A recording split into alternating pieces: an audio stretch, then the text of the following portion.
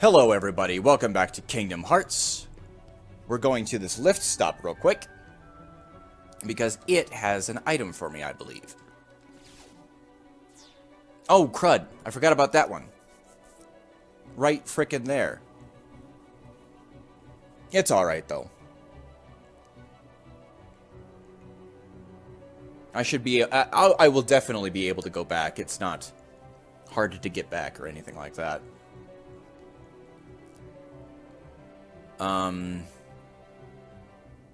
But it is definitely a long drive to where I'm going, apparently.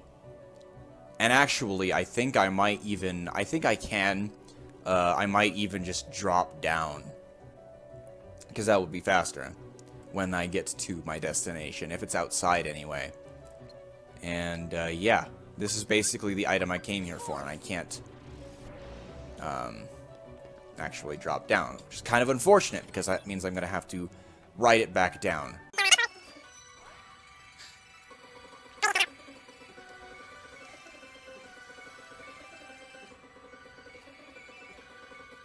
Okay.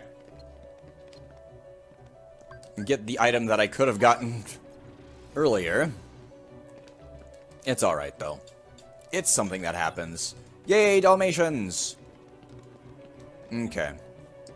And then, yeah, basically when I get done with Hollow Bastion is gonna be the festival of please let me get all of these items real quick. And I think when I get done with Hollow Bastion, I will go ahead and do 100 Acre Wood and get that out of the way. Because I believe I should have all the pieces, all the pages, torn pages by that time. I haven't even gone there yet. I generally like putting it off. And even then, 100 Acre Woods is just a bunch of mini games. There's only like a couple of places in which there's any need for a strategy guide. So yeah. Why? It was mine. Know this. The heart that is strong and true shall win the Keyblade. What? You're saying my heart's weaker than his? For that instant it was. However, you can become stronger. You showed no fear in stepping through the door to darkness. It held no terror for you. Plunge deeper into the darkness, and your heart will grow even stronger. What should I do? It's really quite simple. Open yourself to the darkness. That is all. Let your heart, your being, become darkness itself.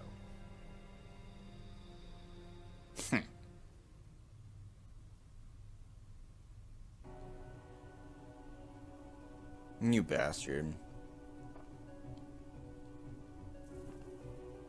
Okay.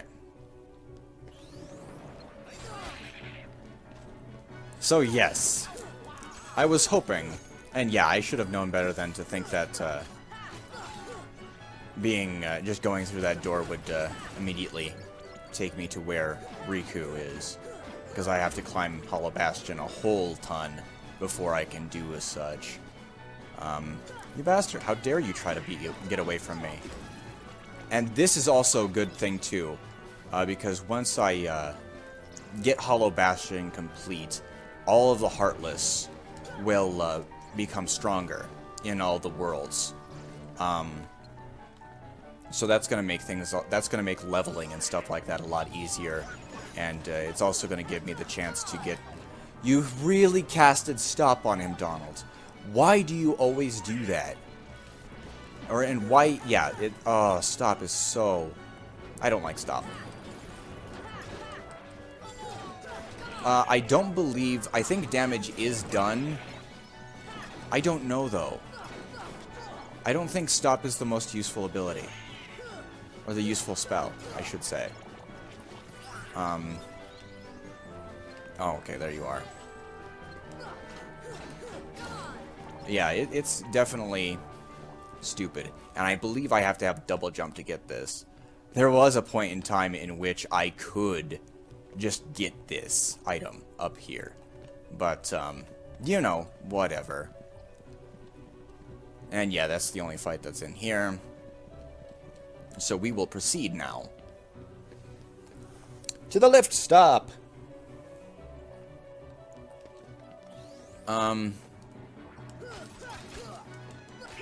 And once again, I don't have any idea as to which place leads to where, which one I need to go to for side items, and which ones I need to go to for... This one changes to upper level, okay? What is it to lower level? Alright. Castle Gate. Oh. Oh, okay.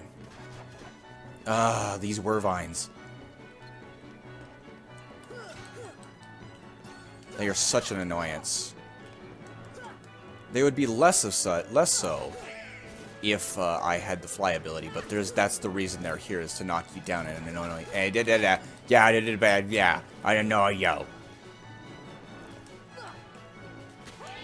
Yeah, their purpose is to knock you down and annoy you, or make you chase them off of the edge, rather than actually fight you.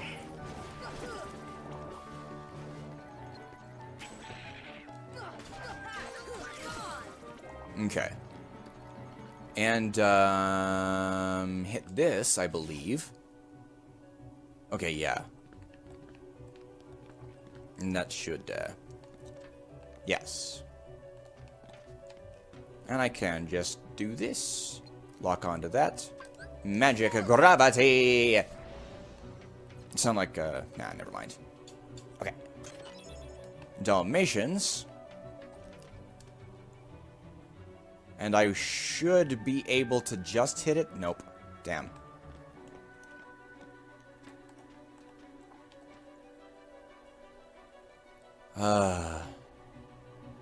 Such an annoyance. I think it's low enough to where I can hit it by just gliding to it, so that's good. And I will wait and for this to get over to this treasure chest over here. And then I'll glide over to the other one because it's on a lower ledge. I almost thought I was going to fall. And I was going to be a little bit mad. Haste 2 Gummy. That's a weird name. Orichalcum! Okay. And, yeah. Alright, so we will go ahead and try to land on this. Awesome. And go back over this way. And see where that lower level leads me. I hope this isn't kind of how Kingdom Hearts 3 is going to be like. Well, yeah, there's going to be a lot of... yeah, Kingdom Hearts 3 is going to be for the PS4, so that means their levels are going to be a lot bigger. And I was even really surprised that in Birth by Sleep, the levels were actually rather big for... yeah, the levels were actually pretty big. And so that's pretty impressive. They weren't, like, of course, the biggest, but they were roughly about the size of... Son of bitch! They were about roughly the size of most Kingdom Hearts levels were in the first place. So, yeah, we can... I think we can expect some pretty big worlds in Kingdom Hearts 3. And that's pretty exciting. Less so for the fact that there's going to be a lot of wondering where to go and stuff like that, and backtracking. But, you know, it's basically they said that they wanted to make the game a little bit more mature because everybody grew up with these games. Well, not everybody grew up with these games, but you know what I mean. The hardcore fans basically grew up with these games. And so they want to match the maturity level. And that's fine and good. So that means that a lot of the levels are going to be a little bit more complex. And of course, they're not going to make it totally for the older audience, because it's still tied in with Disney. But yeah, But Disney also is not, if you notice, is not very shy about touching on darker subjects. So Square should have a lot of creative freedom when making. Well, yeah, I think they've had pretty much a lot of creative freedom anyway. So that's actually really good and commendable for Disney. And, of course, Disney is commendable anyway, but, yeah. It's always good when a property can let go of certain things and let somebody run kind of wild with their creation. And that's probably the biggest problem I have with a lot of companies and properties and stuff like that, is their symbol is so sacred to them. Like in the Mortal Kombat versus DC. Apparently Ed Boon was having not as much trouble, but still having a lot of trouble with getting even having Superman show battle damage and stuff like that. It was apparently it was a real hassle to get some of the to get some of what they wanted to do down, because DC was just held everything in such a high regard. They couldn't let things be good. They had to, I don't know. I'm just kind of rambling, and I don't know the full story to that, so I will shut up on that. But yeah, if you have a property, you should expect other people to enjoy it, and you should also expect other people to destroy it. You should be more okay with creativity with your creativity. Because it's a sign of respect. You know what I mean? It's a sign of goodwill and posterity, or posterity. I think that's the right word. I use that word a lot, and anyway. But yeah, and as you know, as I've rambled about before, I'm very much in love with the idea of creativity and the like. So, and I don't. And that's the thing too, basically, is if I ever do get my stories published or anything like that, I would not mind fan fiction and stuff like that. The only thing that I would really mind is if there are two characters that are supposed to be together, and you don't like that shipping, that pairing. That's fine. But if you are going to make it to where those two people do not end up together, and you want to write a fan fiction about somebody, two other people that are not canonically together, and for all intents and purposes probably shouldn't or wouldn't be together because they hate each other, a la Draco Harry. Sorry. I would have a problem with it if you didn't include alternate universe. Because I can see, in an alternate universe, what not, what for. And even then, is a lot of the fan fictions that I have read, they blatantly ignore facts for their headcanon to work. And if you have to blatantly ignore facts, I have a problem with that. So, Harry, just as an example, could be bisexual. He could have been with Draco. But there are, some fan fictions that I've read, they had to blatantly ignore facts to get their story to work. And they didn't have the disclaimer of AU or anything like that. I have no problem with bisexuality or homosexuality. But if you have to ignore facts set by the person that the work you admire so much, then I don't like that. But I do like creativity. So just always remember, if you're going to do a ship that is not canon, AU it. Always AU, and be sure to not ignore facts. Because, yeah. And, also, if you're wondering, yeah, it's not hard to fact check, and sometimes it is, but it's my kind of opinion on that is, oh no, I have to fact check something that happened in Harry Potter. Oh no, that means I'm going to have to read Harry Potter again.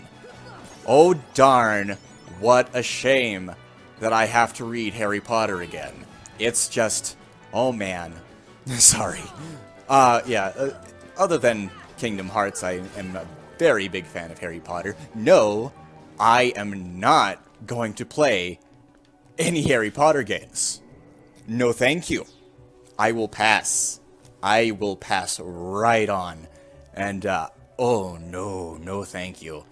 There was one Harry Potter game that I was kind of interested. I believe it was Order of the Phoenix. I had a demo for it on the PlayStation 3. And, yeah, it's, yeah. What the hell was that noise? I wonder if that got picked up. That kind of freaked me out. I wonder what the hell that was.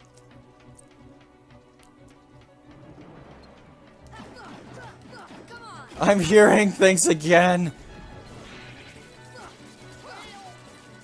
And that would be funny, but it's not.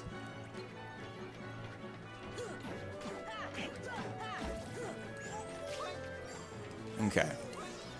Get this started again.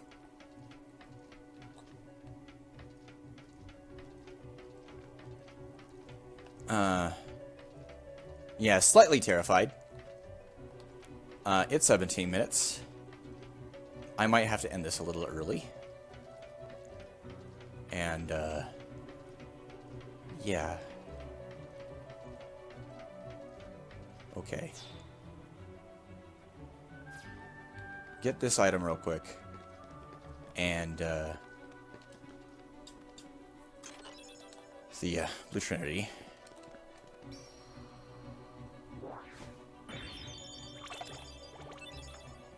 Mega Luxury Cottage, okay, cool.